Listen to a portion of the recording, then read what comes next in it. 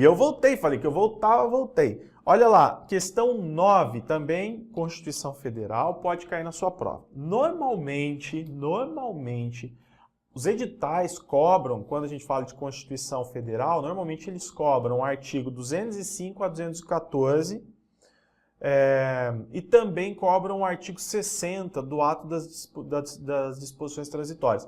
Mas o 205 ao 214 são os mais cobrados. Algumas provas gostam de cobrar o artigo 5º, outras, além do 5º, gostam de cobrar também o 6º dos direitos sociais, gostam de cobrar, por exemplo... daí vai depender muito de edital para edital, mas normalmente é da parte da educação, que é do 205 a 214. Então tem aqui, ó, lemos na Constituição Federal de 88, capítulo 3 da Educação, da Cultura e do Desporto, seção 1 da Educação, artigo 214, que a lei estabelecerá o Plano Nacional de Educação. Beleza. O Plano Nacional de Educação, você sabe, é o plano decenal, então ele tem vigência de 10 anos sempre. Tá? Uma outra coisa, o plano atual, ele foi trazido aí com a vigência da Lei 13.005 de 2014 e ele é o plano que vai de 2014 a 2024, ok? E também você sabe que o Plano Nacional de Educação, ele é muito importante porque ele vai trazer metas e estratégias que deverão ser metas atingidas com a realização dessas estratégias, para que a gente tenha uma educação cada vez mais de qualidade, não é? São 20 metas. E para cada meta, nós temos um conjunto de estratégias. Esse plano, essa lei 13.005, ela, então, dá vigência ao Plano Nacional de Educação Federal, no âmbito federal, mas existem também os planos estaduais de educação, que surgem das suas próprias leis, e os planos municipais de educação. Ok? Então, cada estado também tem seu plano e os municípios também têm seu plano. Beleza. E não confundir Plano Nacional de Educação com PDE, com Plano de Desenvolvimento da Educação, porque esse aqui é um projeto mais governamental, de 2006, 2007, do governo do PT, e que lançou uma série de programas educacionais, muitos programas, aliás, tá? Com recursos, no caso, com um direcionamento próprio de recursos. Muitos programas já não deram certo, outros deram, mas o PDE é diferente do PNE. O PDE, por exemplo, não está na Constituição, por isso ele é reconhecido, por exemplo, pelo Saviani como um plano de governo. Já o PNE está na Constituição, então ele é reconhecido como um plano de Estado. Bem, e aí vem aqui, ó, de duração plurianual, visando a participação e desenvolvimento do ensino e de seus diversos níveis e a integração das ações do poder público que conduzam a vários benefícios aos cidadãos. Não fazem parte desses benefícios. Então, não fazem parte desses benefícios. Aí você tem que se lembrar do artigo 214 lá da Constituição Federal, tá? Então aqui, erradicação do analfabetismo, faz. Inclusive a erradicação do analfabetismo, né, o trabalho com a alfabetização faz parte do PDE também, é um dos eixos do PDE. Melhoria da qualidade do ensino, faz. Formação para o trabalho, faz. Promoção humanística, científica, tecnológica no país, faz. O que não faz é aqui, politização do cidadão por meio de material didático especializado. Tá? Isso aí não está lá no artigo 214. Vejam aqui o artigo, então você vai ver os 6 incisos, não há nada de politização. Tudo bem? Beleza. 10. No que tange aos estabelecimentos de ensino, a LDB determina que os estabelecimentos de ensino terão incumbência de... Pessoal, se tem uma questãozinha de LDB que adora cair nas provas, é sobre incumbência de estabelecimentos e também dos professores. E aí você precisa sempre fazer uma leitura dos artigos 12 e 13, ok? 12 e 13. Eu coloquei aqui para você, ó, Coloquei aqui para você já o 12 e o 13, e lembrando das mudanças no 12. Ó, mudanças que nós já temos desde 2018 e a mudança de 2019. Então, em 2018 já tinha esses dois incisos e agora a mudança no inciso 8, trazido em 2019. O dos 30%, que eu já falei com vocês, e as mudanças que já tinham acontecido em 2018. Promover medidas de conscientização, prevenção e de combate a todos os tipos de violência, especialmente a intimidação sistemática, o bullying no âmbito das escolas. E aqui também estabelecer ações destinadas a promover a cultura de paz nas escolas. Tá? Então, incisos novos que as provas gostam de cobrar. Aqui a gente está falando de incumbências dos estabelecimentos de ensino. Aqui, incumbências dos docentes. Então, cuidado, porque às vezes a questão fala assim, dentre as incumbências abaixo, dentre as incumbências dos estabelecimentos de ensino abaixo, se assinale a incorreta. E aí coloca 4 do artigo 12 e 1 do artigo 13. Quando você olha, por exemplo, zelar pela aprendizagem dos alunos, que é o inciso 3 do artigo 13, você vai falar, tá certo, os estabelecimentos de ensino devem zelar pela aprendizagem dos alunos. Tá, até devem, mas por meio de quem? Isso está no artigo 13, não está no artigo 12, essa seria incorreta. Então, legislação, gente, essa coisa de, eu vou por pensamento lógico, raciocínio lógico. Você vai, de cada 10, você vai acertar 2 desse jeito, por raciocínio lógico, no chute, na sorte, tá? E isso não faz bem para a tua prova. Então, você tem que realmente ler, estudar sistematicamente a legislação, fazer resumos, decorar, anotar, fazer de tudo, ok? No caso da correta aqui, eu não vou ficar perdendo muito tempo, porque é texto de lei, então terão incumbência de assegurar o cumprimento dos dias letivos e horas-aulas estabelecidos. Tá? Os outros você compara daí com o artigo 12, estão errados. 11. A existência de um conselho escolar na escola pública é uma prática relacionada aqui à gestão participativa. Não é? Então, o que acontece? Toda escola, gente, tem uma autonomia, toda instituição educacional tem autonomia relativa. Não é uma autonomia absoluta, por quê? Porque a escola, para funcionar, ela precisa respeitar leis, regras, diretrizes, não é? Ela não pode fazer o que ela quer. A autonomia seria absoluta se nós estivéssemos, por exemplo, numa instituição regida por uma concepção autogestionária. Então ela, por exemplo, eu cuido de mim e ninguém interfere no meu trabalho. Ela cria as próprias leis. Ela teria autonomia absoluta. Mas como as leis do sistema educacional já existem, a escola também precisa respeitá-las, a autonomia é relativa. Quando a escola se propõe a discutir o seu projeto político-pedagógico, ou seja, quando ela fala, o que eu tenho autonomia para fazer? Você tem autonomia para criar a identidade da instituição. Então deixa que eu faço. Ela assume essa autonomia relativa. E essa autonomia relativa só é de fato bem assumida se for com base na gestão democrática. E o conselho escolar é uma instituição importante nesse momento. Por quê? Porque dentro dele nós congregamos membros dos variados segmentos, dos professores, dos alunos, dos funcionários, o próprio especialista que pode participar ali do processo de construção do PPP, auxiliando, ajudando, debatendo, os alunos, comunidade, não é? Então o conselho escolar é importante, até mesmo por causa das funções que ele tem. Então ele tem, por exemplo, função de fiscalização, ele tem, por exemplo, a função deliberativa para muitos assuntos. Então as funções do conselho também são importantes, ele vai ser um órgão fundamental dentro da instituição.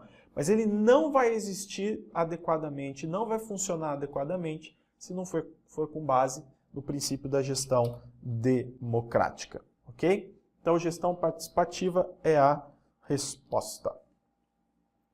Consoante a concepção tradicional de gestão educacional. Bem, quando a gente fala de gestão educacional, o Libânio, por exemplo, vamos pegar o Libânio, ele nos traz a seguinte classificação. Então, vamos falar de gestão. Eu posso ter uma gestão mais tradicional.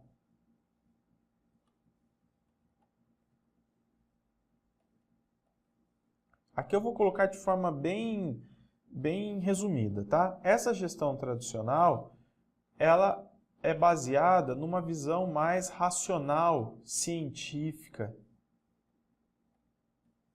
O que essa gestão tradicional quer? Ela quer garantir eficiência,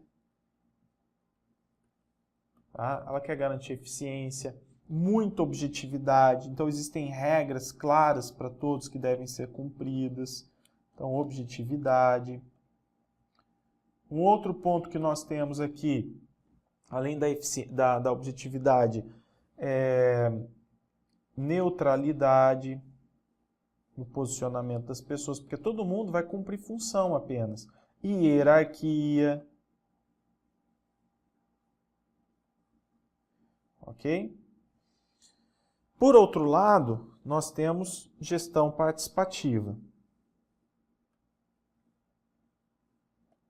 Então, o propósito não é falar tudo certinho sobre gestão, sobre classificação da gestão no conceito de Libani e de outros autores aqui, tá, gente? Por causa a gente está fazendo um trabalhinho mais rápido. Então, eu vou colocar as duas principais que aparecem aí, as duas diferenças principais nas provas.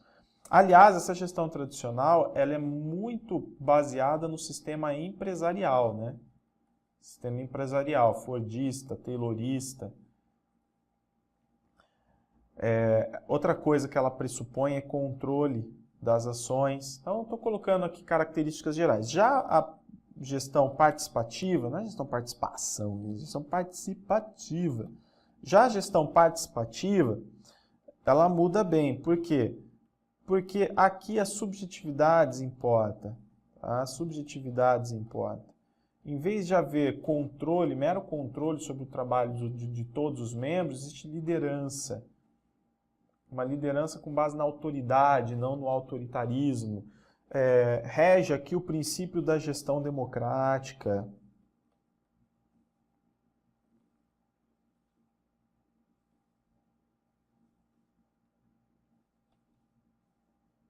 E nesse princípio, de acordo com o princípio da gestão democrática, todos participam de processos de diagnóstico, de elaboração de ideias de tomada de decisões, não é? Já falamos disso. Massa, importante.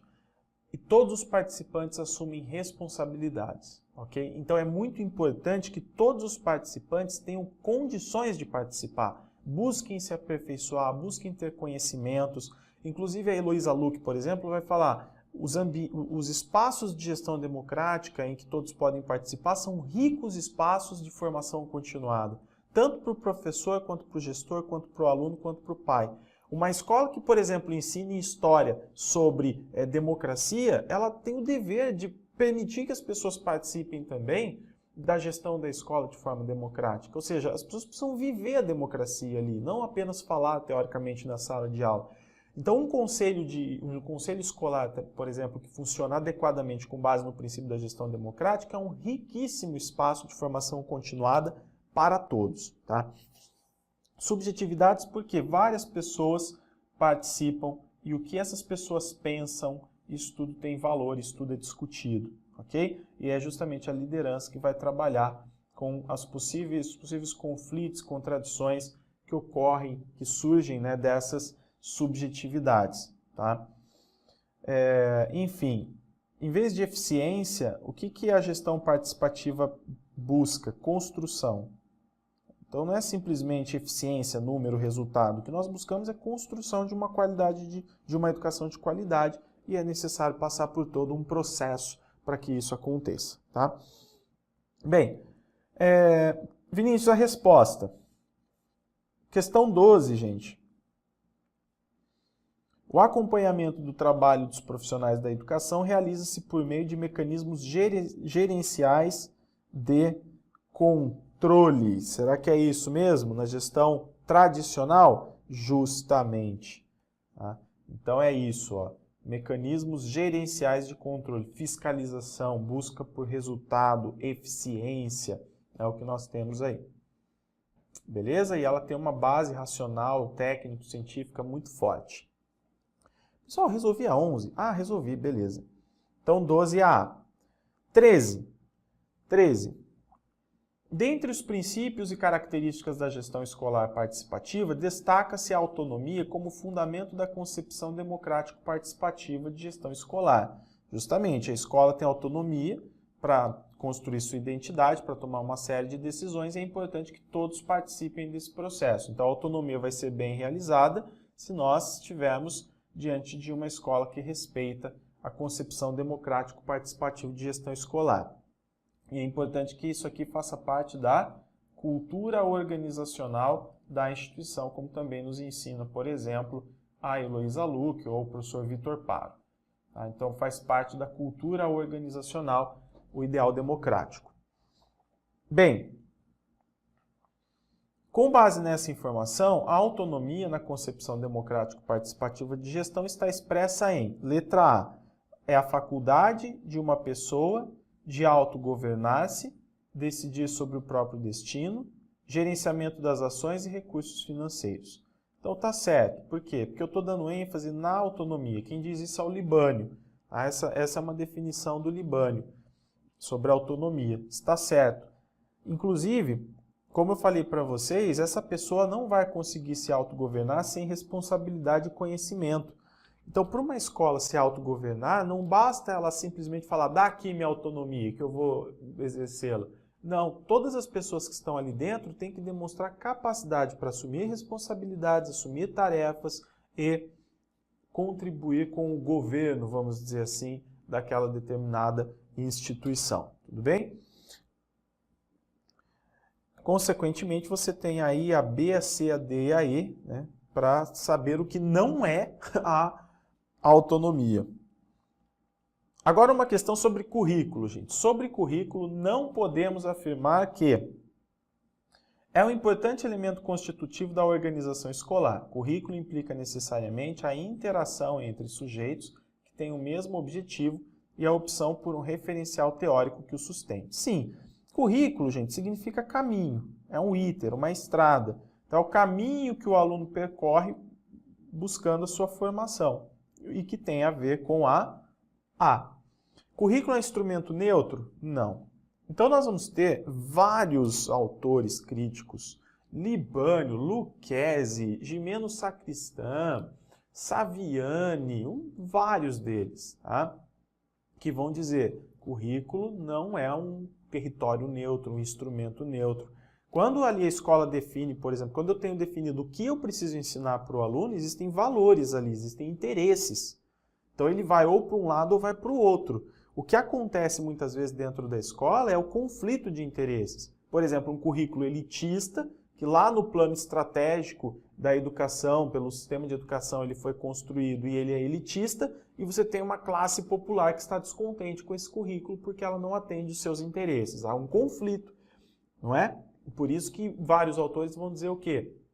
Como Miguel Arroyo, por exemplo, que o currículo é um território de disputas, não é? Então, é a B que está errada. Lembrando, né, fazendo aí só lembrando rapidamente, que existe o currículo oficial, ok? Currículo oficial, aquele que está devidamente planejado e que é oferecido pelo sistema de ensino, né? Então, você tem desde o sistema de ensino federal uma base curricular, depois nós temos os programas curriculares dos estados, dos municípios. Então, esse oficial aqui, ele é também formal, currículo formal. Existe o currículo real.